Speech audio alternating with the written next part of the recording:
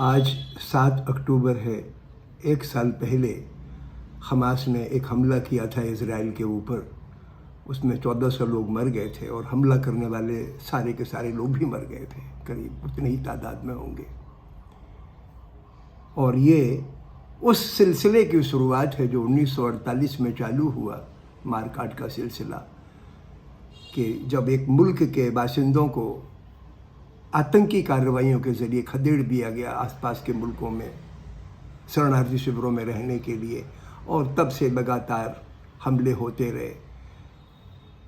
فلسطینیوں کی طرف سے بھی حملے ہوئے، لیکن بہانہ بنا کے اگر 2 لوگ مرے اسرائیلی تو 10 گنے یا 100 گنے فلسطینی مارے گئے، اور ایک بہانہ چلتا رہا۔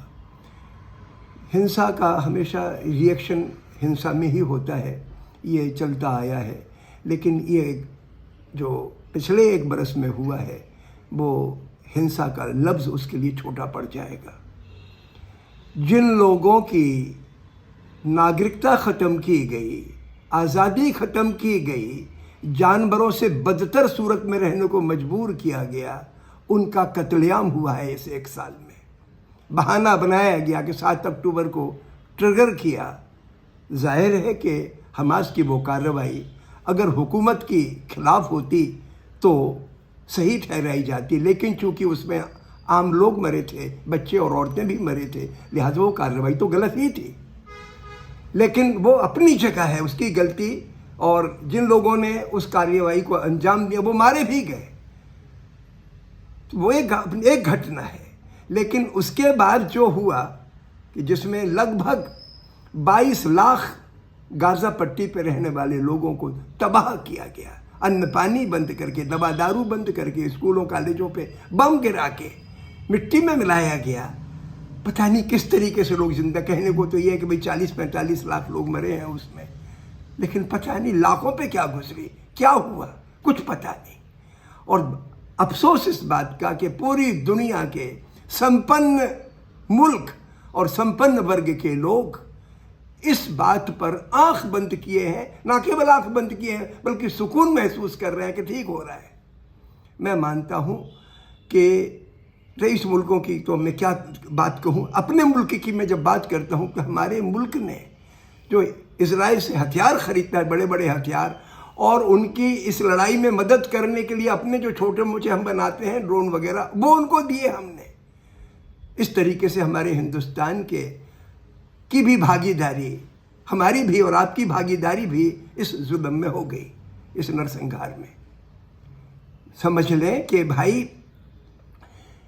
اس دھرتی پر کسی بھی ایک شخص پہ ظلم ہوتا ہے تو وہ ہماری آتما پر چوٹ ہے، تکلیف دہ چیز ہے، اور سچ کا تقاضا ہے کہ ہم اس کے خلاف آواز اٹھائیں، اس کی اس ظلم میں سہیوگی نہ بنے۔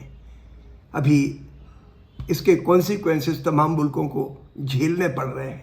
ابھی بغل میں لیبنان ہے، وہاں پر لڑائی چالو کر دی گئی۔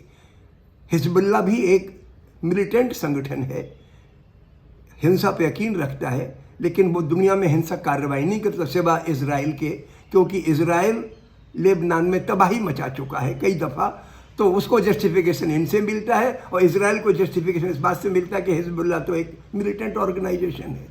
لیکن اس کی آڑ میں جو بم گرائے جا رہے ہیں اسکولوں پہ، کالجوں پہ، بستیوں پر لیبنان کے اندر، وہ بڑا خوفناک ہے۔ اور اب ایران شامل ہو گیا اس میں۔ کچھ سمے پہلے ایران کے ملٹری کے لوگوں کو پہ حملہ کیا گیا تو مارا گیا تھا، موساد نے مارا تھا، اسرائیل کی خفیہ نے، اور اس کا ریٹیلیشن وغیرہ ہم کریں گے۔ اب یہ لڑائی اگر بڑھتی ہے تو ان ملکوں کو تو نقصان ہوگا ہی ہوگا، پوری دنیا کے اوپر آفت آئے گی۔ میں چاہتا ہوں کہ 1 سال کے تباہی کا منظر دیکھنے کے بعد جاگروک ہم ہو جائیں، دنیا کے عوام جاگروک ہو جائیں، اور اپنے اپنے ملکوں میں آواز بلند کریں کہ بھائی یہ ظلم ہمارے اوپر ظلم ہے، ہم سب ایک ہی ہیں، پوری مانو جاتی ایک ہے، لہٰذا اس کو روکا جائے۔ بہت بہت شکریہ۔